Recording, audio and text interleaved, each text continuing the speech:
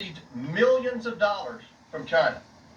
It is inconceivable that the president did not know it. The White House refuses to correct This is why the president's TikTok won't statement, let me post it. showing the president is now using the federal government to run interference for his families and his own role in these schemes.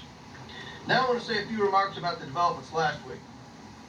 A week ago, I sent a subpoena to the FBI for a form that a whistleblower has alleged is in the FBI's possession.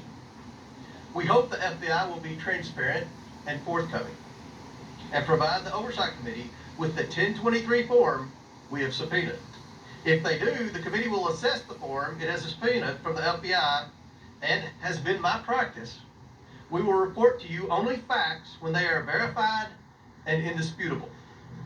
This committee will not pursue witch hunts or string the American people along for years with false promises of evidence that is beyond circumstantial evidence, as Representative Adam Schiff and the Democrats did for years.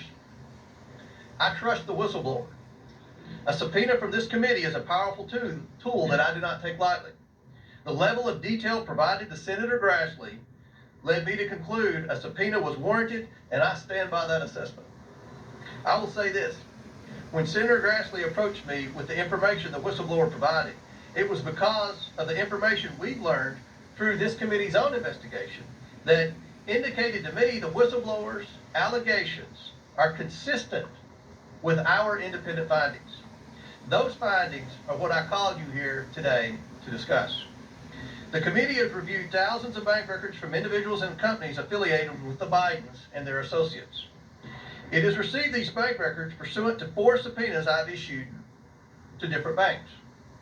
These were targeted and specific subpoenas, and each was different based on the information we believe the banks possessed. Every one of those subpoenas returned valuable information that had been unreported and that contributed to this committee's understanding of how the Bidens conducted their businesses. The committee is concerned by the complicated, suspicious network of over 20 companies we have identified the Bidens and their associates used to enrich themselves. Most of these companies were limited liability companies formed during Joe Biden's vice presidency. The bank records show the Biden family, their associates, and their companies received over $10 million from foreign nationals and their companies. Some of that money came from a Chinese company and went to Hunter Biden's company.